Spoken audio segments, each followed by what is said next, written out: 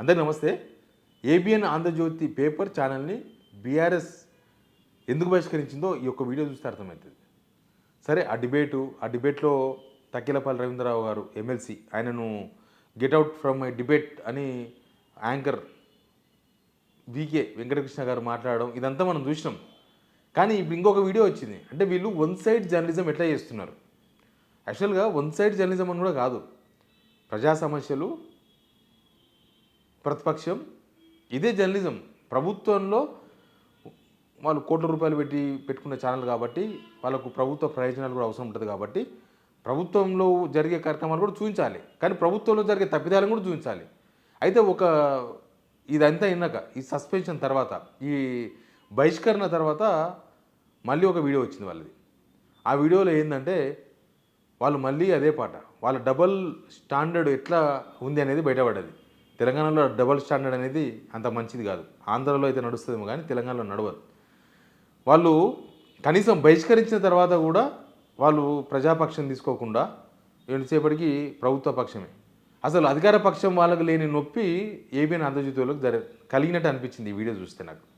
మీకు ఆ వీడియో కూడా చూపిస్తా ఏం జరిగిందో. అంతకన్నా ముందు సబ్స్క్రైబ్ చేయండి, షేర్ కూడా చేయండి. ఫస్ట్ ఆ వీడియో చూడండి. నిజానికి అది ఆ ప్రదర్శన చూసిన తర్వాత కొన్ని అంశాలు శృతిమించాయని అనిపిస్తుంది. ఒక పాత్రధారుడు రాహుల్ గాంధీని ఎగతాళి చేసే ఉద్దేశంతో రాహుల్ గాంధీ వేషం వేసిన ఒక పాత్రధారుడు రాజ్యాంగాన్ని సంథింగ్ కాన్స్టిట్యూషన్ అనడానికి కాన్స్పిరెన్సీ సంథింగ్ అట్లా, అంటే ఎగతాళి ఆయన రాహుల్ గాంధీని చేయాలనుకున్నాడా మరి రాజ్యాంగాన్ని చేయాలనుకున్నాడో తెలియని స్థితిలో ఉంది అది. మీకు ఆ వీడియోలో పైన ఒకటి కనిపిస్తుంది. సేమ్ అదే యాంకర్ వెంకటకృష్ణ గారు మాట్లాడుతున్నారు.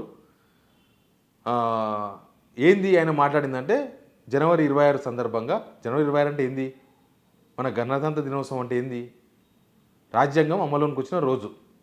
కానీ తెలంగాణలో రాజ్యాంగం అమలైతే లేదు. వీళ్ళు కేవలం రాజ్యాంగం బుక్కులు పట్టుకొని తిరుగుతున్నారు, రాహుల్ గాంధీ, రేవంత్ రెడ్డి వీళ్ళందరూ. కానీ రాజ్యాంగాన్ని ఫాలో అవుతలేరు అని వాళ్ళకు జరిగిన అన్యాయాన్ని వాళ్ళు ఒక స్కిట్ రూపంలో, స్కిట్ అంటే ఒక డ్రామా రూపంలో హైదరాబాద్ సెంట్రల్ యూనివర్సిటీ స్టూడెంట్స్ కొంతమంది వచ్చి డ్రామా నడిపించారు అక్కడ తెలంగాణ భవన్లో. కేటీఆర్ ఉన్నారు, ఎమ్మెల్యేలు ఉన్నారు, ఎమ్మెల్సీ ఉన్నారు, సరే వాళ్ళ పార్టీకి సంబంధించిన వాళ్ళంతా ఉన్నారు. వాళ్ళు నిరసన ఆ రూపంలో తెలియజేసిండ్రు వాళ్ళు. ఎందుకంటే 10 మంది ఎమ్మెల్యేలు పార్టీ మారిండ్రు అయినా సరే స్పీకర్ వాళ్ళు అందులో 8 మంది 7 మంది ఇంకా ఒకరి నిర్ణయం తీసుకున్నట్టున్నారు. వాళ్ళు పార్టీ మారలేదు అని స్పీకర్ గారు ప్రకటించేసారు. ప్రకటించడంతోన వీళ్ళు రాజ్యాంగం పట్టుకొని తిరుగుతారు. కానీ రాజ్యాంగం ఎక్కడ అమలు చేస్తున్నారు, ఇది రాజ్యాంగం ప్రకారం వాళ్ళ పార్టీ మారిన సంగతి ప్రజలకు తెలుసు, అందరికీ తెలుసు. వీళ్ళు 503 పేజీల ఆధారాలు సమర్పించారు. అయినా సరే స్పీకర్ పార్టీ మారలేదని ఒక సంవత్సరంన్నర విచారణ జరిపి, నిర్ణయం పాతదే కానీ విచారణ జరిపి టైంపాస్ చేసి సుప్రీంకోర్టు ప్రెషర్ పెడితే అప్పుడు నిర్ణయం తీసుకున్నారు. దానికి నిరసనగా వాళ్ళు ఆ కార్యక్రమం చేసినారు. ఒకటే స్కిట్ అది. అయితే ఆ స్కిట్ చేసారు కదా, ఆ స్కిట్ చేస్తే అది ఆంధ్రజ్యోతి వాళ్ళకి నచ్చలేదు. ఎందుకు నచ్చుతుంది? నచ్చదు కదా. ఇందులో స్పీకర్ గారిని ఎట్లా అవమానిస్తారు, రాహుల్ గాంధీని అవమానించే విధంగా ఒక పాత్ర ఉంది అని స్టార్ట్ చేసిండు. ఆయన మాటలు విన్నారు కదా, వెంకటకృష్ణ గారు మాటలు విన్నారు. అసలు ఇక్కడ 10 మంది ఎమ్మెల్యేలు ఎట్లా పార్టీ మారలేదని ఆంధ్రజ్యోతి ప్రశ్నించాలి. 10 మంది ఎమ్మెల్యేలు పార్టీ మారినరు కదా, స్పీకర్ ఎందుకు పార్టీ మారలేదని ప్రకటించారు. స్పీకర్ ఏదైనా రాజకీయాలకు ఎఫెక్ట్ పడ్డా అంటే ఆయన మీద ఏమన్నా రాజకీయ పొలిటికల్ ప్రెషర్ ఉందా, అది కదా చూపించాల్సింది. ఇప్పుడు జనం తరఫున మాట్లాడరు, ప్రతిపక్షం ఒక సెటరిక్గా ఒక డ్రామా చేస్తే దాన్ని తప్పు పడతారు. అది తప్పట, అవమానకరంగా ఉందట. కొంతమంది కాంగ్రెస్ లీడర్లు కూడా మాట్లాడారు. అద్దంకి దయాకర్ వాళ్ళు ఎవరో స్పీకర్ ఒక దళితుడు కాబట్టి ఇట్లా అవమానించారు అని కూడా మాట్లాడారు. ఇక స్పీకర్ అయిన తర్వాత కూడా ఇంకా దళితుడు అంటే ఉన్నత స్థానాలకు చేరిన తర్వాత కూడా ఇంకా కులాలను ఆపాదించుకోవడం కరెక్టేనా? ఆ స్టేజ్కి పోయిన తర్వాత ఆయన మీద ఆయన కులాలు అంటగట్టడం అనేది ఆ పోస్టు చిన్నతనం అవుతుంది, పోస్టు చిన్నగా అయిపోతుంది. ఇక కింద నిజంగా ఎవరికైనా అన్యాయం జరిగితే వాళ్ళని ప్రశ్నించాలి. కానీ అది పక్కన పెట్టేసి అక్కడ కూడా డిస్క్రిమినేషన్ కింద తీసుకొచ్చే విధంగా వాళ్ళు మాట్లాడినారు. అదే ఆ పోస్టుకు అగౌరవం, ఆ పోస్టులో ఉన్న ప్రసాద్ కుమార్ గారు కూడా అగౌరవమే, అద్దంకి దగ్గర మాట్లాడడం. అయితే ఇప్పుడు ఈ ఆంధ్రజ్యోతి వాళ్ళు ఏం మాట్లాడతారు, అట్లెట్లా అంటారు, రాహుల్ గాంధీని అవమానించే విధంగా ఎట్లా మాట్లాడతారు, రాజ్యాంగాన్ని అసలు రాజ్యాంగాన్ని అవమానించింది వీళ్ళే, రాహుల్ గాంధీ లేకపోతే రేవంత్ రెడ్డి, కాంగ్రెస్ ప్రభుత్వమే కదా. వాళ్ళు ఓట్లేసి గెలిపించుకున్న పార్టీ ఎమ్మెల్యేలు పార్టీ మారితే పార్టీ మారలేదనే తీర్పు వచ్చిందంటే దాన్ని ఏమని అర్థం చేసుకోవాలి. అది కూడా వాళ్ళు చెప్పిన రీజన్ కూడా చాలా సిల్లీ రీజన్స్, వాళ్ళ దగ్గర ఆధారాలు లేవట, ఈ ఆధారాలు సరిపోవంట పార్టీ మారినట్లుగా. ఇది ఒక పొలిటికల్ డిసిజన్, ఒక పొలిటికల్ డిసిజనే. ఒకవేళ అదే ప్లేస్లో బీఆర్ఎస్ స్పీకర్ ఉంటే, ఒకవేళ అధికార పార్టీ స్పీకర్ కాకుండా ప్రతిపక్ష స్పీకరే ఉంటే ఖచ్చితంగా కొట్టిపడేసేవాడు కదా. లేదు, ఒకవేళ కాంగ్రెస్ ఎమ్మెల్యేలే బీఆర్ఎస్కి పోయిన అనుకుందాం, అధికార పార్టీ, ఇన్ని రోజులు ఆగుతారా? ఒక రోజుల కంప్లైంట్ చేస్తారు, 2 రోజులు ఆగుతారు, 3వ రోజు విచారణ అంటారు, 4వ రోజు లెటర్ అంటారు, 5వ రోజు కొట్టిపడేస్తారు. మనం వేరే వేరే రాష్ట్రాలు చూస్తలేమా, మన దగ్గర చూస్తలేమా అని చూస్తున్నాం కదా. మరి ఎందుకు ఆ తేడా కనిపిస్తుందంటే అదే రాజ్యాంగాన్ని అవమానించడం. మీరు రాజ్యాంగం పట్టుకొని తిరుగుతుంది తప్ప అమలు చేస్తలేరు అనే విషయాన్ని వాళ్ళు చెప్పారు. అదే వెంకటకృష్ణ వీడియో కింద ఒకటి ఏపీ వీడియో కనిపిస్తుందా?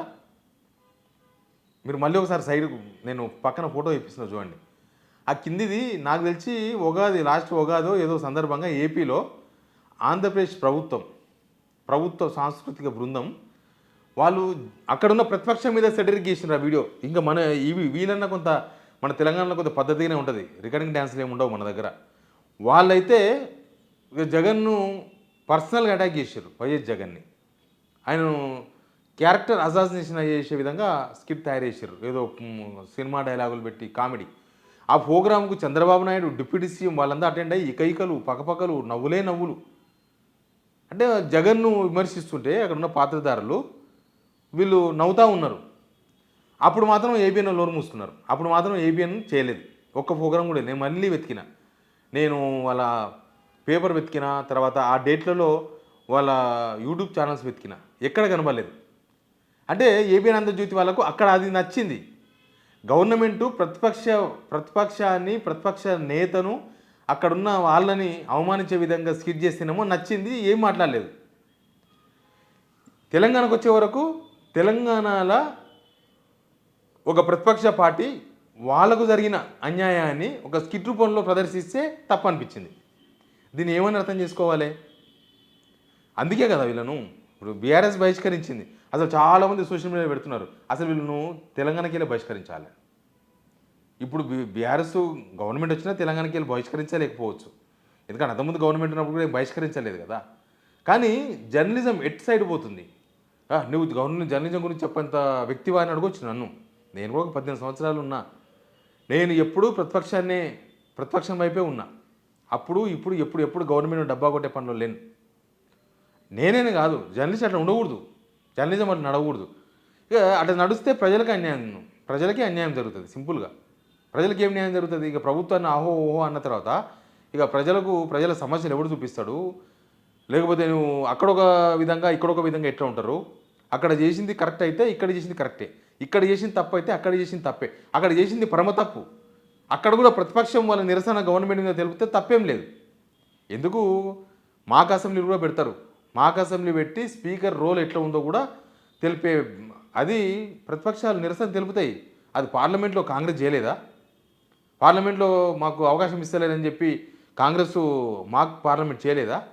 చేసిండ్రు. అక్కడ కూడా మాక్ పార్లమెంట్ చేసిండ్రు, స్పీకర్ ఏకపక్షంగా వ్యవహరిస్తున్నారు, మాకు అవకాశం ఇస్తలేరు అని అర్థం వచ్చే విధంగా, జనాలకు అర్థమయ్యే విధంగా అక్కడ కూడా మాక్ అసెంబ్లీ పెట్టి నడిపించారు. అది మనకు ఎప్పటి నుంచో ఉన్న నిరసనే కదా, కొత్త నిరసన ఏం కాదు.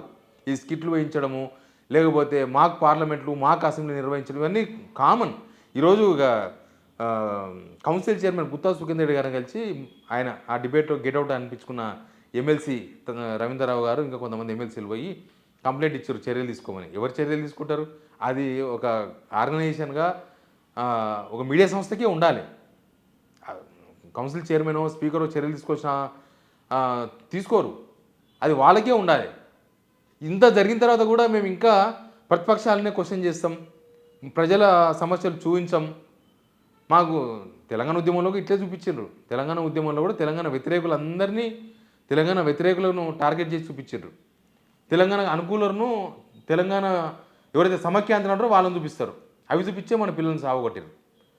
మళ్ళీ అట్లాంటి కాలం తీస్తున్నారేమో అనిపిస్తుంది. ఎనీవే ఈ డబుల్ స్టాండర్డ్ ఏపీలో ప్రభుత్వము అక్కడ జగన్ మీద చేసిన స్కిట్ నచ్చింది ఏబిఎన్ వాళ్ళకి.